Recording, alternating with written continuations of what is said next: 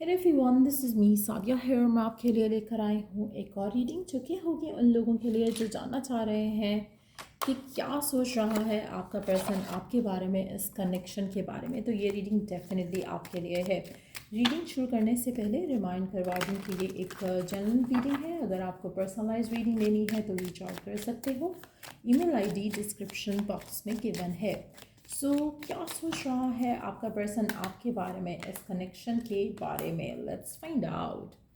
अच्छा, आप में से कुछ लोगों के लिए आपके पर्सन के नाम में या आपके नाम में डी या जे का अल्फ़ाबेट आता होगा। डजंट हैव टू बी, लेकिन ये इंपॉर्टेंट अल्फ़ाबेट्स हो सकते हैं। आपका पर्सन आपके बारे में क्या सोच रहा है?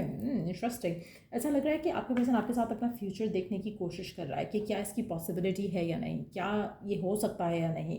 कहीं ना कहीं मुझे ऐसा लगता है कि आपके पर्सन को आपको चूज़ करने के लिए स्टैंड लेना पड़ेगा। It's not easy. आप में से कुछ लोगों के लिए आपका पर्सन थर्ड पार्टी में भी हो सकता है। तो अगर ऐसा कुछ है तो लीगल मैटर्स इन्वॉल्व हो सकते हैं। जैसे शादी हुई हो उसकी, या कुछ ऐसे मामला हो जहाँ पर वो कहीं ना कहीं टाइड है टू दैट पर्सन। तो ऐसी सिचुएशन भी हो सकती है। अगर आपका पर्सन थर्ड पार्टी के अंदर इन्वॉल्वमेंट नहीं है, इन टर्म्स ऑफ एक पर्सन नहीं है उसकी लाइफ में, तो उसकी फैमिली हो सकती है।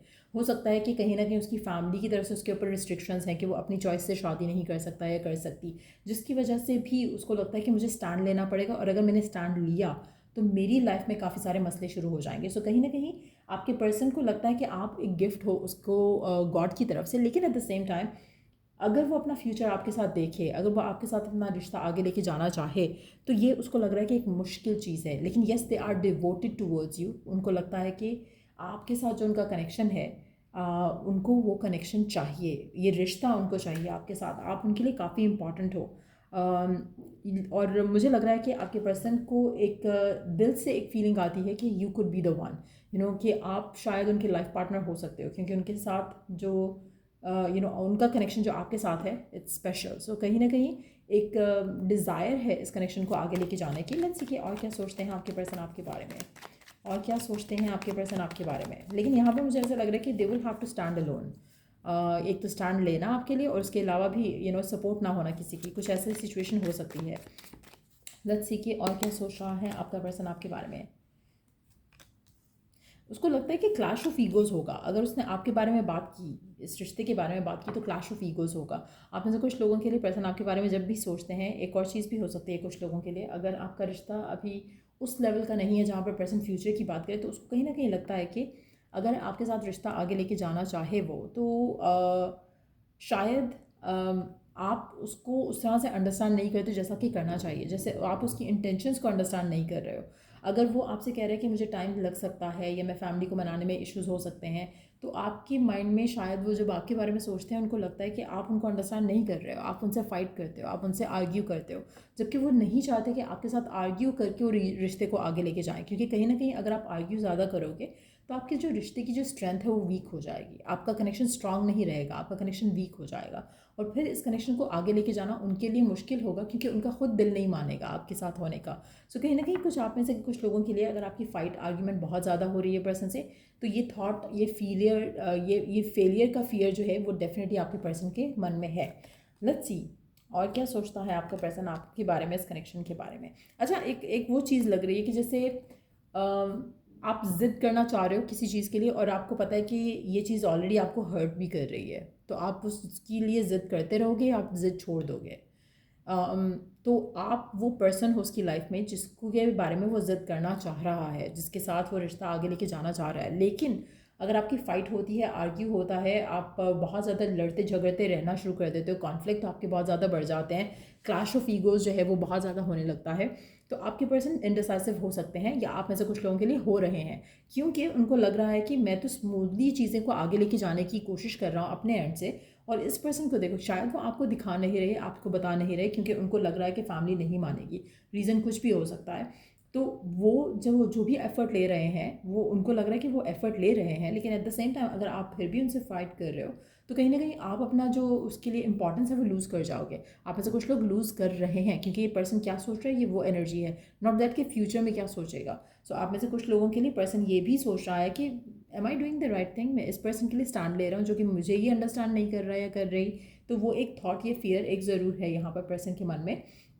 मुझे लगता है कि आपके पर्सन को आपको चूज़ करने के लिए अपनी फाइनेंशियल स्ट्रगल्स जो हैं उनको चूज़ करना भी पड़ेगा साथ। कहीं ना कहीं उनके लिए फैमिली का जो अप्रूवल है वो मुझे नहीं दिख रहा है यहाँ पर। फैमिली उनकी शायद नहीं मानेगी इस रिश्ते को लेकर, और ये बहुत अच्छे से जानते हैं।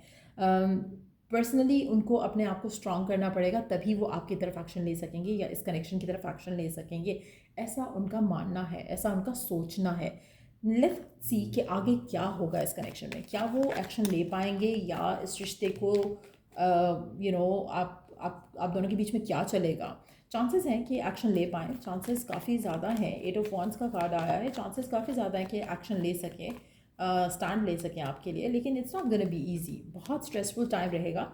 और इस पूरे स्ट्रेसफुल टाइम में उनको आपका सपोर्ट चाहिए होगा। अगर आप उनका सपोर्ट नहीं बनते हो, क्वीन ऑफ पेंटिकल्स का कार्ड है बॉटम ऑफ द डेक में, अगर आप इनका सपोर्ट नहीं बनते हो, अगर आप उनको साथ नहीं रहते हो, तो वो जितना भी प्यार कर लें आपको, अल्टीमेटली फेडअप हो जाएंगे।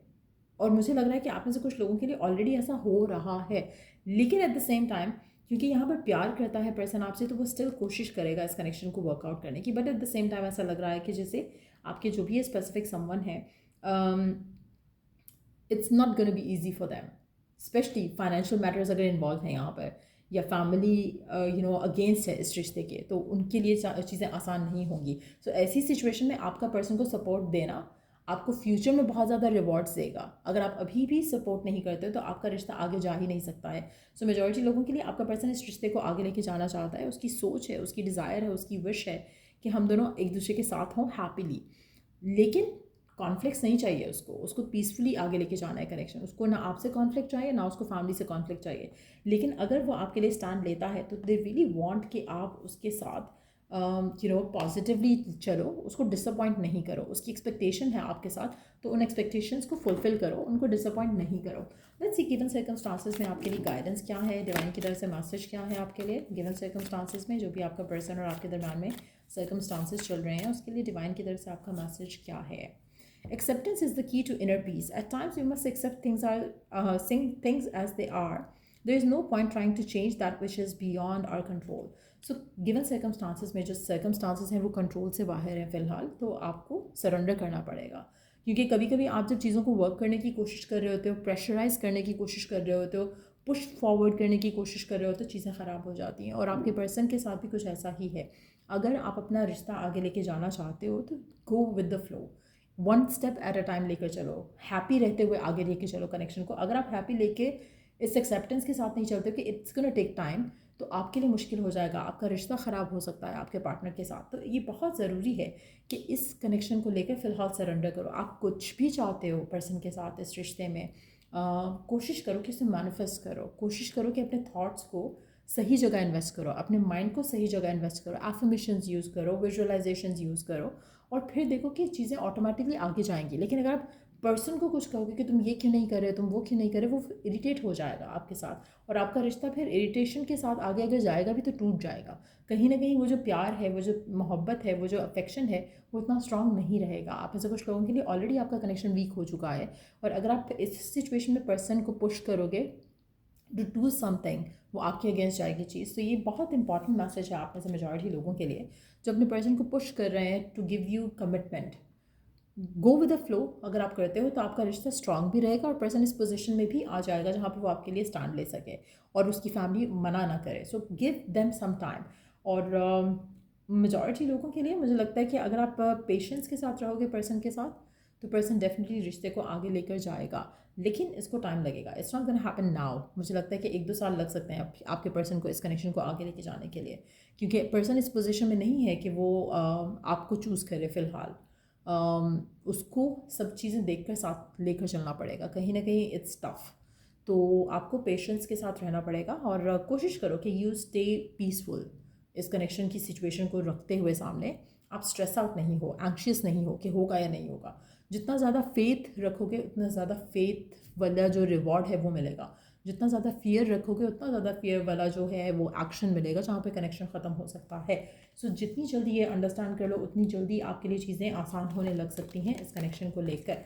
सो ये रीडिंग आप लोगों की, अगर आपको हेल्प मिला है, गाइडेंस मिला है, तो लाइक शेयर सब्सक्राइब ज़रूर किया करो।